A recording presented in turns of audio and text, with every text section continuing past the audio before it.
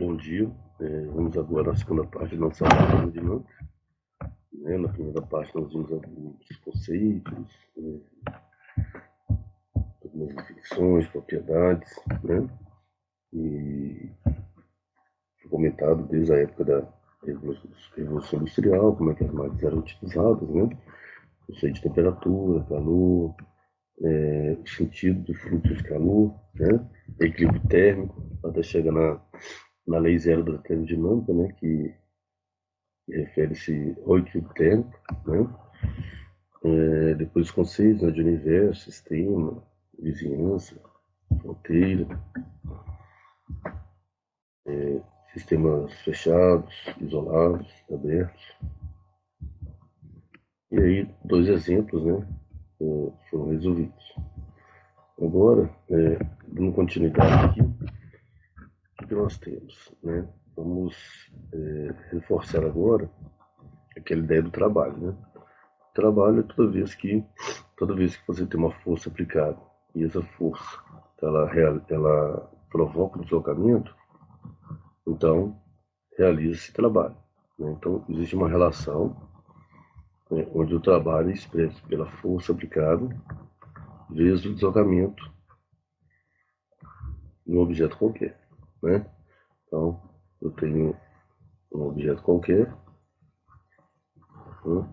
sabe porque é uma força. Se ele deslocou, realizou-se um trabalho.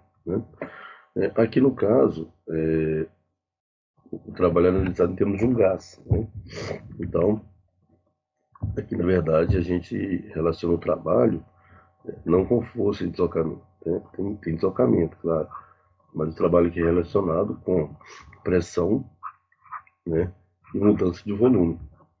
Então, existe uma pressão que movimenta esse êmbolo que é essa tampa móvel, é igual até as borrachinhas pretas de cilindro, a borrachinha preta que veda a seringa, não deixa o líquido sair dali, que ele é um êmbolo. Então essa tampa é um êmbolo. Então note que aqui eu tenho, por exemplo, nessa figura aqui eu tenho um volume menor que eu tenho um volume maior. Se esse volume reduz, se eu tenho a redução desse volume, então está sendo realizado um trabalho sobre o gás. Nesse caso aqui, trabalho negativo. O gás recebe um trabalho, ou ganha um trabalho. Se o gás está expandindo, esse volume aumenta, então é um trabalho positivo, o gás está realizando o trabalho. Ou o volume aumenta, realiza o trabalho. O volume diminui, o gás recebe o trabalho. E aí também, quando o gás realiza o trabalho, a temperatura diminui, ou seja, ele tende a esfriar. Tem uma variação da energia interna negativa. Quando o gás recebe trabalho, as moléculas ficam mais próximas, então você tem um aumento de temperatura, o gás tende a esquentar, e você tem uma variação de energia interna positiva, aumento de temperatura. Então, se o volume reduzir, é porque a pressão está sendo feita sobre o gás. Então, o gás recebe trabalho, o volume diminui e ele tende a esquentar. Se o gás expande, é porque o gás está realizando trabalho positivo, o volume aumenta e o gás tende a esfriar, porque a variação da energia interna vai ser negativa. Aqui um exemplo, na primeira máquina térmica, a primeira máquina de Heron ou Heron. Essa é uma representação, só um minutinho.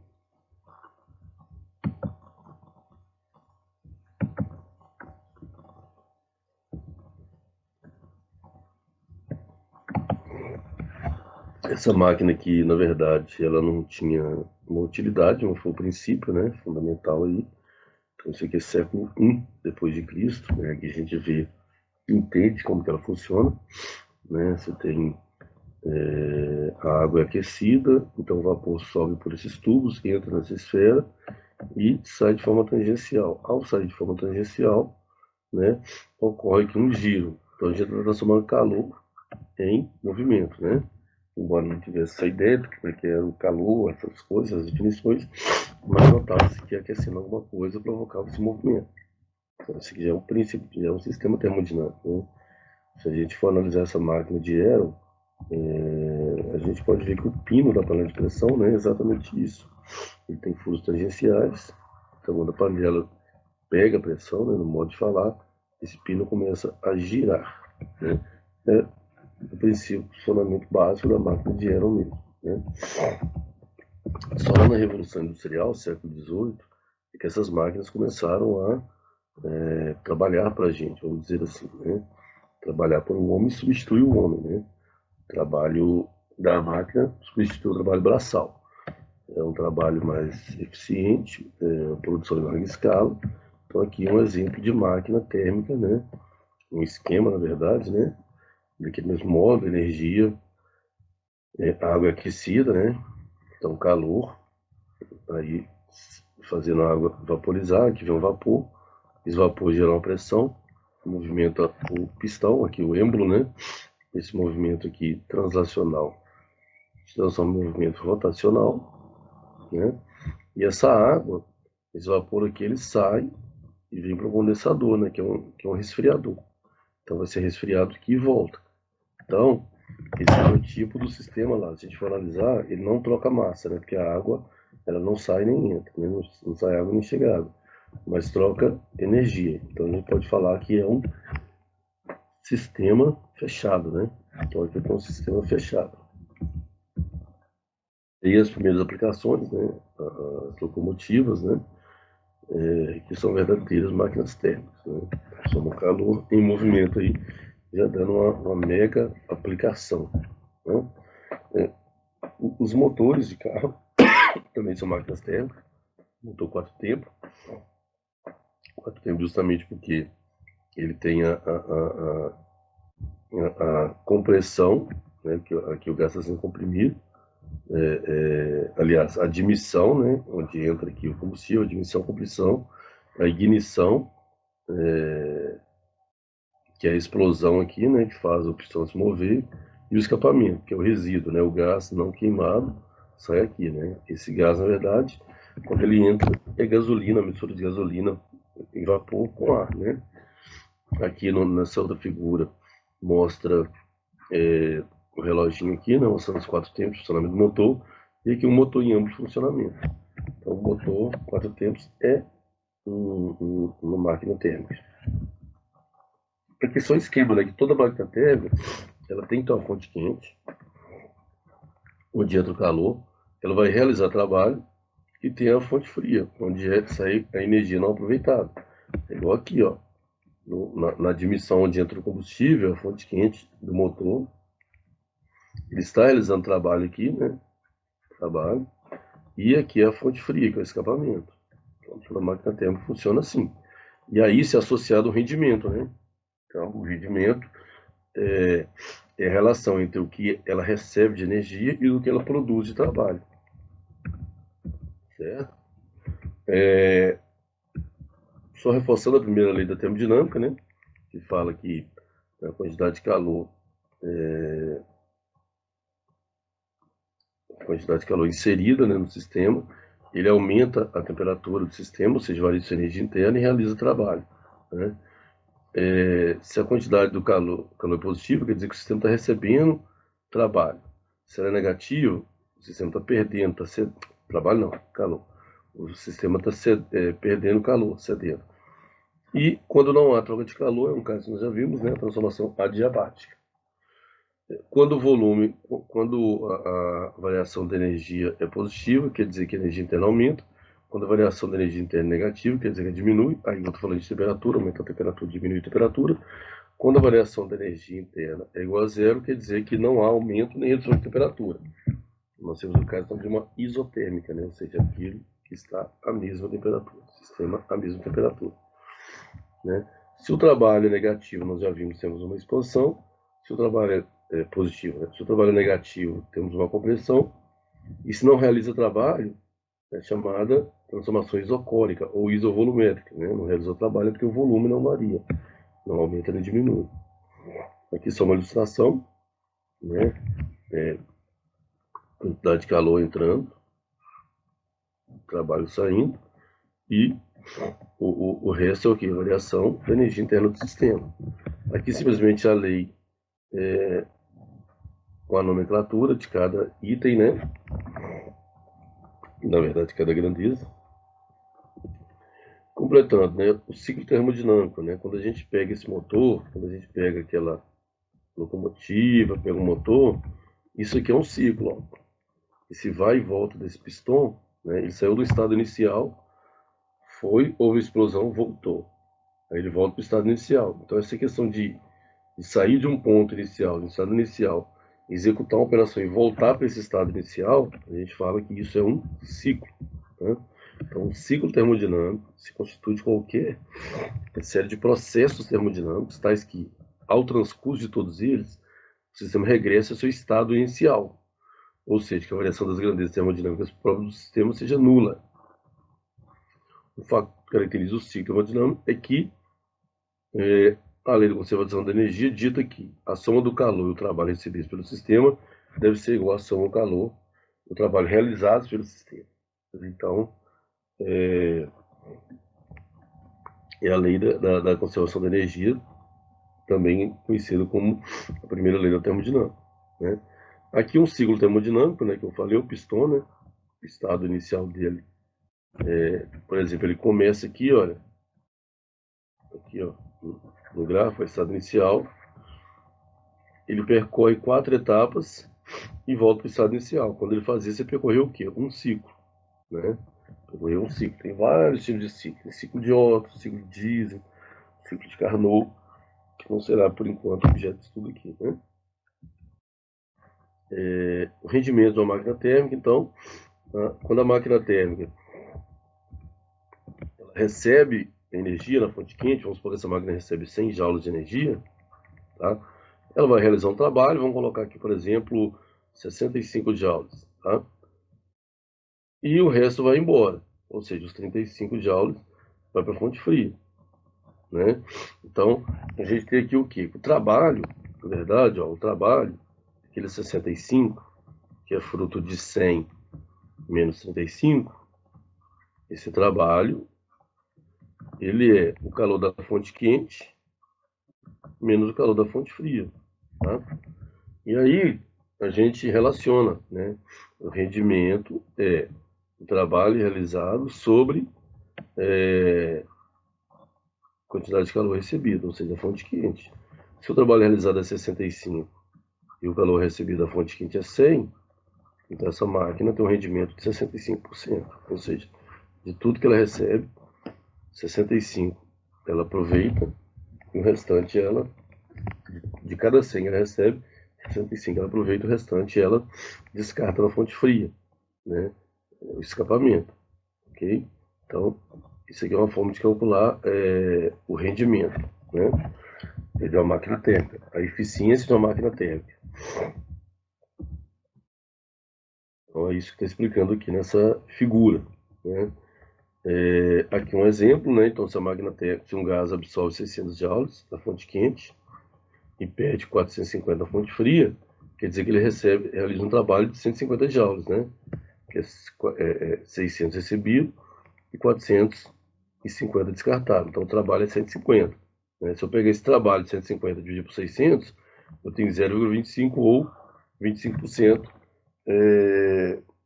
de rendimento dessa máquina. Aqui uma observação é que não existe máquina com rendimento de 100%. Ou seja, nenhuma máquina ela vai pegar toda a energia recebida e converter em trabalho, não descartando nada. Isso foi uma observação experimental que depois se confirmou com as demonstrações teóricas, né? Que, por sinal, é a segunda lei da termodinâmica. Tá? Tem dois exemplos aqui, mas antes disso, só reforçando, né? Então, a primeira lei da termodinâmica, ela fala sobre a conservação da energia, e a segunda lei da termodinâmica, ela tem várias interpretações, mas duas delas são, primeiro, eu já tinha falado, o calor é transferido de forma espontânea, né? A gente tem um corpo com uma temperatura e um de menor temperatura. Então, o calor é energia térmica, energia em trânsito, que passa do corpo de maior temperatura para uma menor temperatura. Sempre assim. Então, esse é o princípio da lei da termodinâmica, da segunda lei da termodinâmica, um dos princípios. É o princípio da irreversibilidade. O calor só flui naturalmente do corpo mais quente para um corpo mais frio. O contrário, não. Você pode tirar o calor de um corpo mais frio e passar para um corpo mais quente? Pode, mas de forma forçada. Uma bomba, por exemplo, espontânea, não. Né? É como se um copo que cai em cima da mesa e quebra no chão, ele vai, esse fluxo é espontâneo, natural. O contrário, os cacos espontaneamente se juntarem sozinhos e voltar para a mesa, não vai acontecer. Né? É irreversibilidade. É um fenômeno irreversível. Né? Você pode gravar e voltar na fita, mas na realidade não acontece. O outro princípio da termodinâmica é que todo processo, né, tem perda. Né? Porque se o rendimento é inferior a 100%, você não vai ter nenhum sistema que opere, né, com 100% de eficiência. É um processo termodinâmico. Então agora, um tempo aí para a resolução desses exercícios. Né? Então tem os exemplos 3, 4 e 5. Né? Vamos usar alguns minutos aí e no retorno a gente corrige essas questões.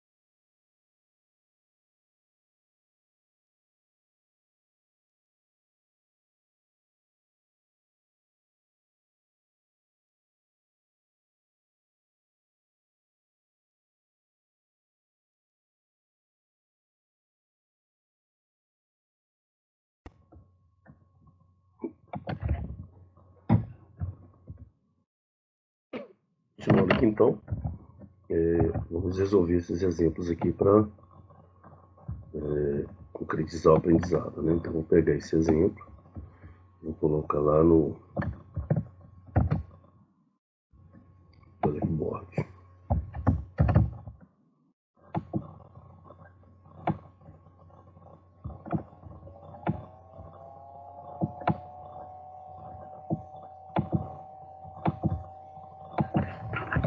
Então aqui, né, fala o seguinte: uma máquina térmica opera em ciclos, recebendo 600 joules de calor cada ciclo, realizando um trabalho de 400. Calcule o valor aproximado do rendimento dessa máquina térmica em porcentagem e assinar a alternativa correta. Então, ela recebe, então, da fonte quente, né? Fonte quente, ela recebe 600 joules, ok? Cada ciclo, e realiza um trabalho de 400 joules. Então, o rendimento é a quantidade, o trabalho realizado, dividido pela quantidade de calor que recebe na fonte quente. Então, esse rendimento será, fazendo as contas aqui, 400 dividido por 600. Então, 0,66666, então é 0,67, aproximadamente, né? Que é aproximadamente 67%, né? Ou 66,67%. Resposta mais próxima, letra C, 66%.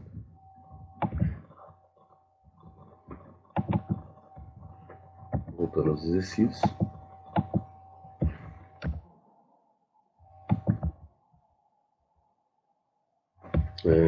Vou pegar esse aqui também, colocando no whiteboard. Esse aqui também é o cálculo do rendimento, só que um pouco diferente, né? Como eu falei, existem vários ciclos, né? Então existe o ciclo de Carnot. Esse ciclo de Carnot é um tipo de ciclo que calcula o rendimento máximo de uma máquina térmica, o máximo que ela pode render, operando com duas. Aí a gente não se refere a calor da fonte quente e calor da fonte fria. A gente se refere a temperatura da fonte quente e temperatura da fonte fria. E o ciclo de Carnot, a fórmula é um pouquinho diferente. A fórmula é 1 menos temperatura da fonte quente, aliás, temperatura da fonte fria, sobre temperatura da fonte quente. Então, no caso, aqui seria o quê? Ó, as fontes quentes e frias da máquina de Carnot, ou seja, que opera em ciclos, conforme o ciclo de Carnot, né, idealizado por Carnot, opera em temperaturas de 500 Kelvin e 300 Kelvin, né? Fonte quente 500 Kelvin, fonte fria 300 Kelvin, respectivamente. Sabendo disso, determine o rendimento dessa máquina térmica em porcentagem e assinar a alternativa correta. Então, ficaria 1 menos a temperatura da fonte fria 300 Kelvin, da fonte quente 500. Então, ficaria 1 menos, aí, pegando a nossa maquininha de calcular, 300 dividido por 500, 0,6. Então, 1 menos 0,6 igual a 0,4, que é igual a 40%. O rendimento dessa máquina térmica operando conforme o ciclo de Carnot, tá? Para este exemplo. Bom, voltando às questões, por último aqui, né, analisar as proposições a seguir. Então, a máquina térmica é um sistema que realiza transformações cíclicas. Ok. Opa. Vou pegar a caneta aqui. A máquina térmica é um sistema que realiza transformações cíclicas. Ok. Depois de sofrer uma série de transformações, ela retorna ao seu estado inicial. Exatamente isso. É o que se observa aqui, ó. Ela é uma máquina térmica, né? Ela passa pelos estados e volta ao seu estado inicial após cada ciclo. Essa é justamente a definição de máquina térmica. Então, essa aqui é verdadeira. É impossível construir uma máquina térmica que transforme integralmente calor em trabalho, ou seja, máquina térmica operando em ciclos, cuja eficiência é 100%, não existe, segundo a lei da termodinâmica. Então, isso aqui ele fala que é impossível. Sim, é impossível, verdade. O calor é uma forma de energia, sim, que se transfere espontaneamente do corpo de maior temperatura para um corpo de menor temperatura. Ok, correto. É impossível construir uma máquina térmica que tem rendimento superior à máquina de Carnot. A máquina de Carnot determina o rendimento máximo, né? Operando entre as mesmas temperaturas. Sim. Então, aquela máquina lá, né, aquele resultado que deu um rendimento de 40%, esse aqui, né? Você não consegue fazer uma outra máquina operando nessas temperaturas com outro ciclo que renda mais. Então, o rendimento de Carnot é o máximo que se obtém. Então, é verdade. Quando o gás recebe 400 joules de calor, fonte quente, e realiza o trabalho de 250, sua energia interna sofre aumento de 150 joules. Vamos ver? Primeiro, lei da termodinâmica. Quantidade de calor recebida é igual variação da energia interna mais realização de trabalho. Ele recebe 400 joules, sua energia interna sofre aumento de 150 e realiza o trabalho de 250. A equação é válida? É. 400 é igual a 150 mais 250. Então, isso aqui também é verdade. Ou seja, todas as alternativas estão corretas, né? Então, é isso, né? Nós terminamos aqui, então, a nossa temática, que é termodinâmica, né? Estudamos aí os conceitos básicos, né, de sistemas, a primeira lei, a segunda lei, e fizemos algumas poucas aí, mais importantes, aplicações, né? E com isso, então, finalizamos nosso estudo aqui de termodinâmica. Tenham todos um bom dia.